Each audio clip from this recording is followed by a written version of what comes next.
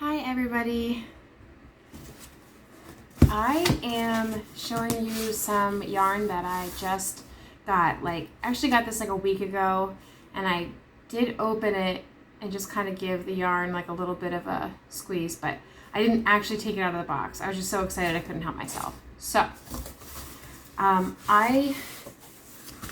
this yarn is going to be intended for hopefully two of the patterns that I have planned for the winter vintage patterns, and it's 100% Superwash Merino, and it's from LionBrand. So I got a bunch of different colors, and this is the yarn like up close. This is like a bright pink, and for the most part every single color looked pretty close to what they looked like online. This color looks a little bit more of like a I don't want to say neutral, but it's not a bright. It's kind of like a soft. What's the name of this color?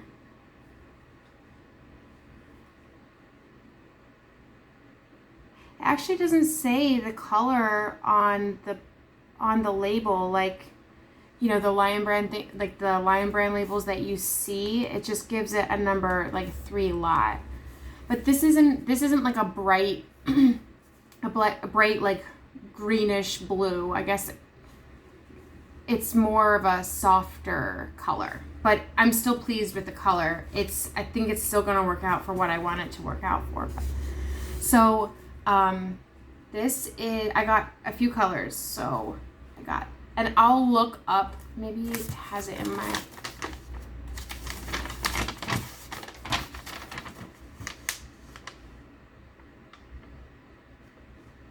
okay, so I got several colors. I got Antique, Midnight, Dahlia, Peony, Burgundy, Night Sky, Sage, and Tutu. And I think this one is Sage. So, but I'll look it up and I'll make sure that I let you guys know which one this is. But this is like a greenish blue. I was trying to go for like some jewel tones for the projects I have lined up, and I think that they're all gonna work pretty well. So I got this like light blush pink color, and it's like so soft. It's like, I wish you could feel through the camera. It feels so nice. It's gonna, I think it's gonna make a really nice wearable, which is great because that's what I'm making it for. I'm using it for. And then I got this color, which I believe is the Sage. And this hot pink, like this bright hot pink. Well, it's not really hot pink. I guess it's just like a bright pink. And can't tell the difference. I don't think you're gonna be able to tell the difference too much on camera. Let me see if I can. Ooh. Oh, okay, maybe you can see it now. So there's a blue and a black. This like dark blue color and black. Ooh. I'm not gonna fix that. And this is like a medium pink. Like maybe like a bubble gum, like a soft bubble gum. And the burgundy, which I'm so excited for. This looks great. And then there's just more skeins of the same colors. And then I also got several of these cream colors, and I'm pretty sure this is the Antique. This color is called Antique. And yeah, so I'm really excited to start those because I think they're gonna work up really nice. Like just by feeling the yarn and everything, I think it's gonna be great. I'm excited because I'm making the items for me. So I want them to be like wearable. I want to wear them, so. But this is, I did have to order this. I don't believe this is available in stores. This is like one of their one of their, I guess, higher end balls of yarn. But so far, I think it's worth it. Like, just the feel. I'm not really big on ordering yarn online, because for me, most of it is feeling the yarn. I guess I'm not really into buying online for that reason, because I want to feel it and try to get an idea of if it's going to work for what I want it to do. But with the two patterns that are that I'm making for the winter season of the vintage pattern reviews, they had the one is a granny coat, like a granny square coat, and I wanted to make them in like jewel tones, the squares into jewel tones, and because the colors on the pattern look pretty. I don't dislike the pattern colors, but it was very hard to find some kind of like a wool blend or wool that had those bright colors. And keeping in mind that this is a pattern from the 70s, so those bright colors were probably all the rage, I guess, if you want to. But it was just really hard to find a wool blend, something that would make a good coat or jacket for that season that had either enough colors to make a good granny square or anything other than like a light neutral. And I'm not saying I don't like light neutrals, but when you're making something like a granny square jacket, you need to have colors that pop. Like, otherwise it's just a bunch of neutrals thrown together on a granny square and it's not going to look nice. So I opted to order this yarn online just because this was one of the few lines that I could find that had at least somewhat of a selection. I shouldn't say somewhat of a selection. They have a very good selection of yarn, like yarn colors in this Superwash Merino, 100% Superwash Merino balls. But it's like the only one I could find. The only one. So good job, LionBrand again. But they had bright colors too. There was one color that I really loved that I didn't end up ordering just because I wasn't sure. It wouldn't have fit in these two patterns, but I just thought it would make such a beautiful like sweater or something like that. And if these work up nicely, I think I'm gonna order that color. It reminded me of like a tiger lily red orange, and I just love the color. So if these work up nice, I'm probably going to end up buying that and just making it a sweater, maybe on the side or something like that, because the color was great. And like I said, these colors turned out relatively close to what you're seeing online. And of course, everybody's like computer or phone is going to be slightly different, but I think that what you see is what you get. And that's good to know. But yeah, this was one of the only lines that had a good selection of colors. I couldn't find anything at Michael's. I couldn't find anything at Hobby Lobby. I was like going on trying to find different like wool blends with, like, I was even searching online because I knew if I didn't get even close to something in the store that I needed to go online. So these skeins were $8.99 a skein, which is like a little pricey, but it's merino wool. So is it pricey? I mean, it's a higher quality product. So it's 306 yards, 280 meters, and 3.5 ounces, which I think is a pretty good amount. And then it's a light 3 yarn. The recommended needle size, crochet needle size, is a 4 millimeter, and the recommended crochet is a 5 millimeter. So an H/8 size hook. which is I think it's gonna work perfect. I can't even like tell you guys how excited I am, because I think these two products are gonna look so nice just by feeling it. I don't know if me squeezing it is doing any good, but it feels really nice. So I said these were $8.99 a skein.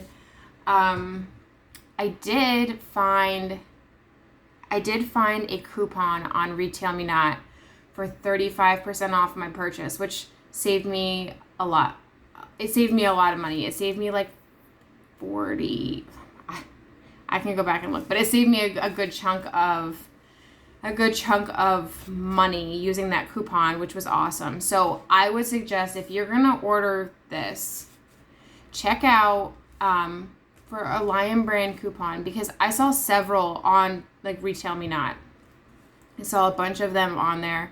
So use them, because they're put out, they're put out for you. So just take a look if you're gonna, and that's how I justified this in my head. I was like, okay, well, if I'm gonna pay shipping and I'm gonna buy this higher quality yarn, I need to at least find a coupon. And the 35% off worked great. I did still have to pay shipping, but I was okay with it just because I couldn't find anything comparable in the stores at all.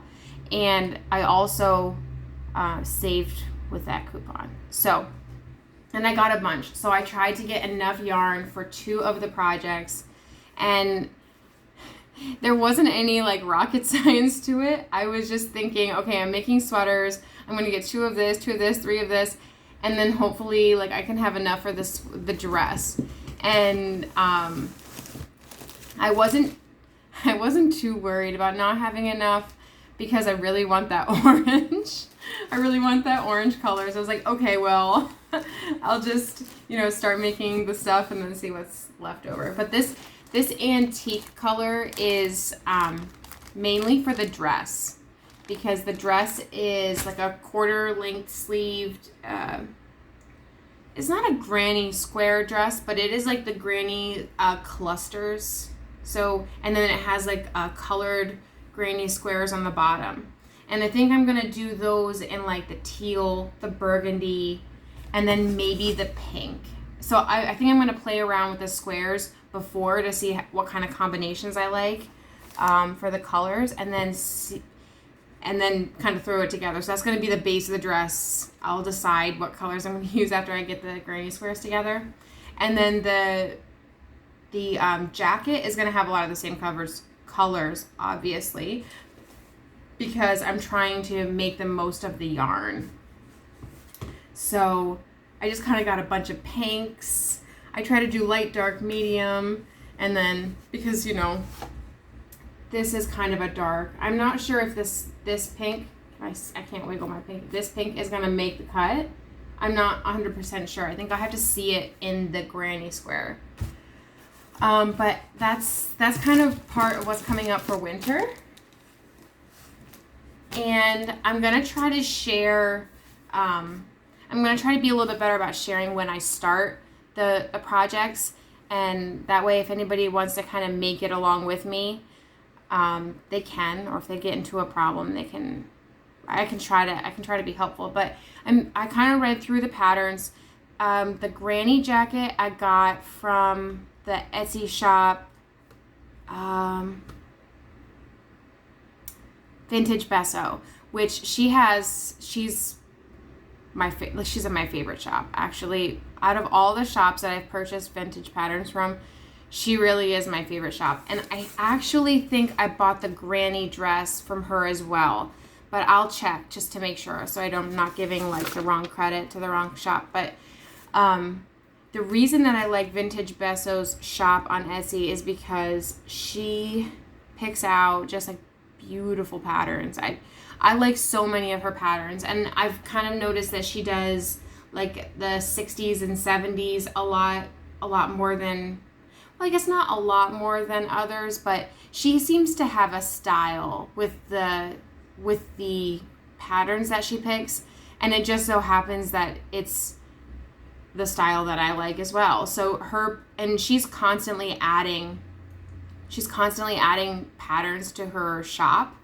And she also she has really good prices. The prices of her patterns are really good.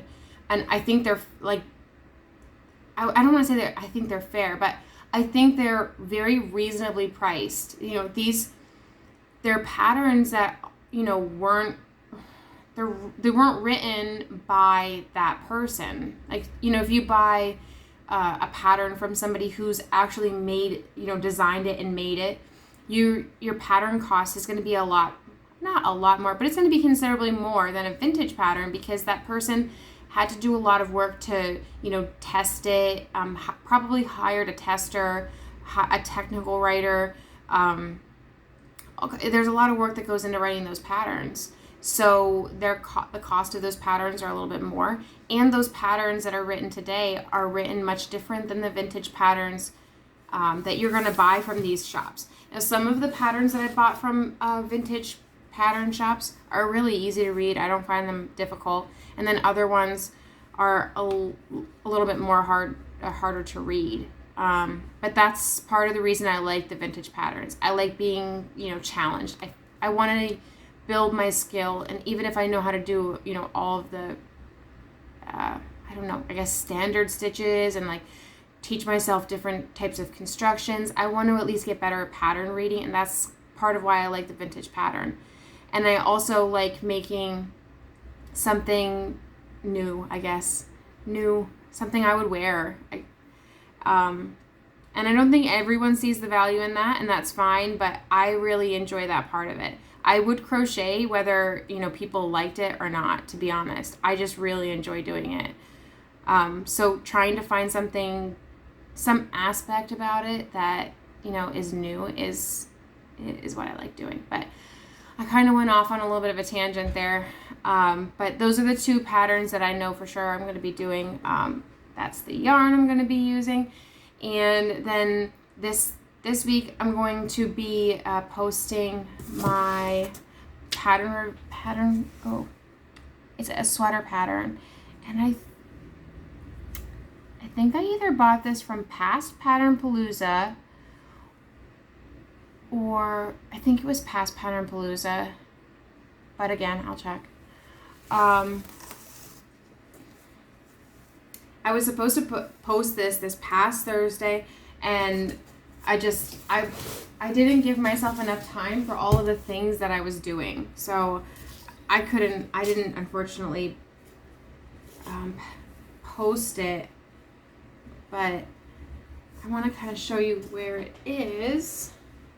And this is the sweater so far. So it's got this like, this fillet crochet at the bottom, and it's, you know, double crocheted in like a pattern, like chain. It's a combination of double crochet and chains. That's all fillet is.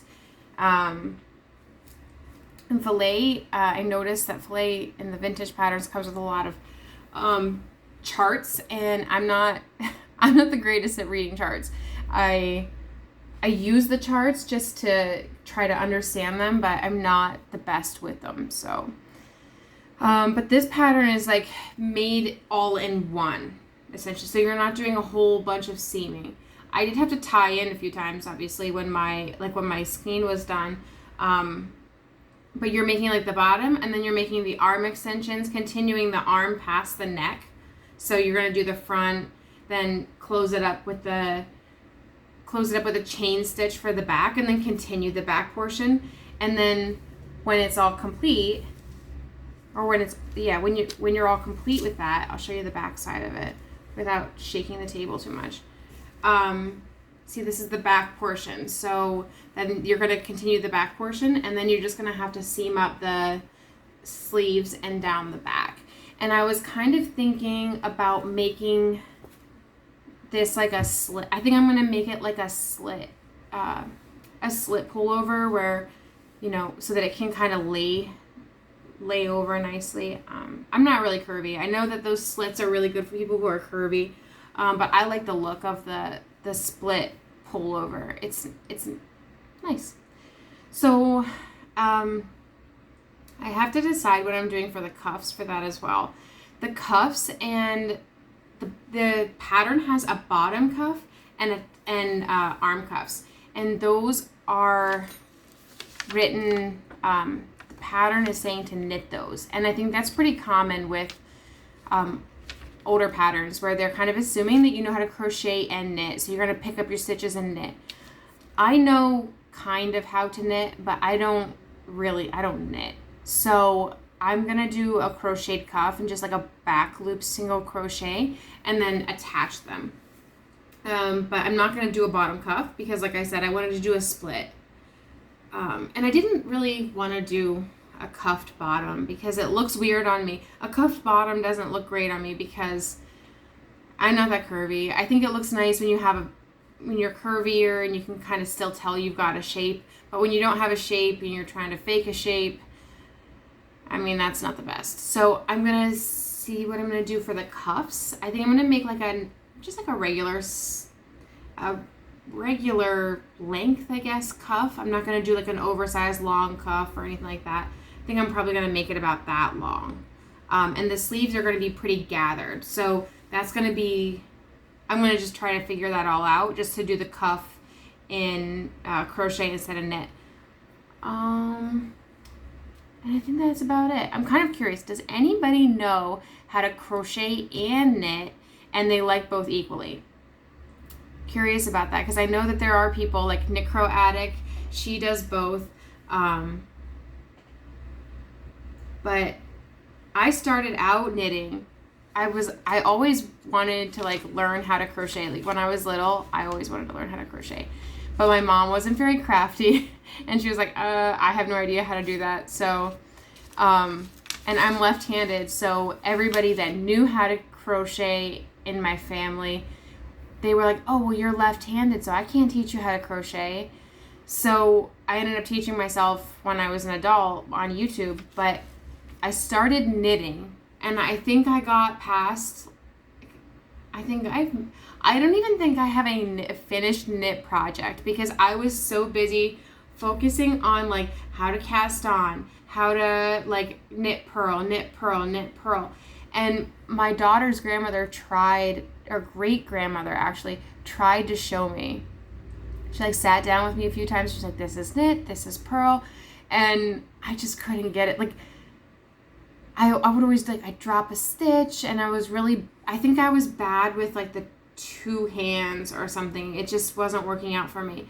And I would kind of browse all these patterns and try to find something interesting to knit because when you start to knit, people are like, oh, here's how to make a hat. Here's how to make this. Here's how to make that. And I wanted to try to find something that I was interested in. So I was browsing these patterns and I kept seeing everything that I was attracted to. I was like, oh, this is so beautiful. Oh, this is so beautiful. It was all crochet. So that's when I was like, I'm done with knitting. I'm going to teach myself how to crochet. So years and years of like YouTubing, picking it up, putting it down, picking it up, putting it down. I finally got myself to like a beginner level. And then I really started doing it. Like something clicked. Like I did it kind of periodically. Like I'd pick it up, I'd put it down. I'd make things like I'd make a baby blanket for a coworker. I'd make like a hat for my daughter. I'd like just kind of things here and there.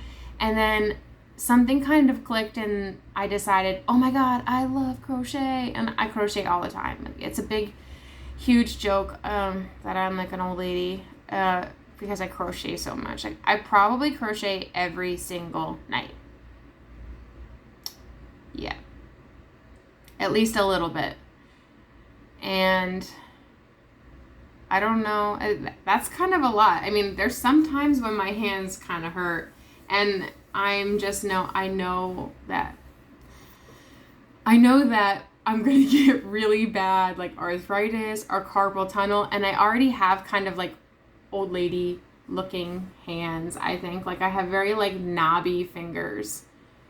But I think that it's going to get really bad. I'm going to get older and I'm going to have like messed up hands because I crochet so much.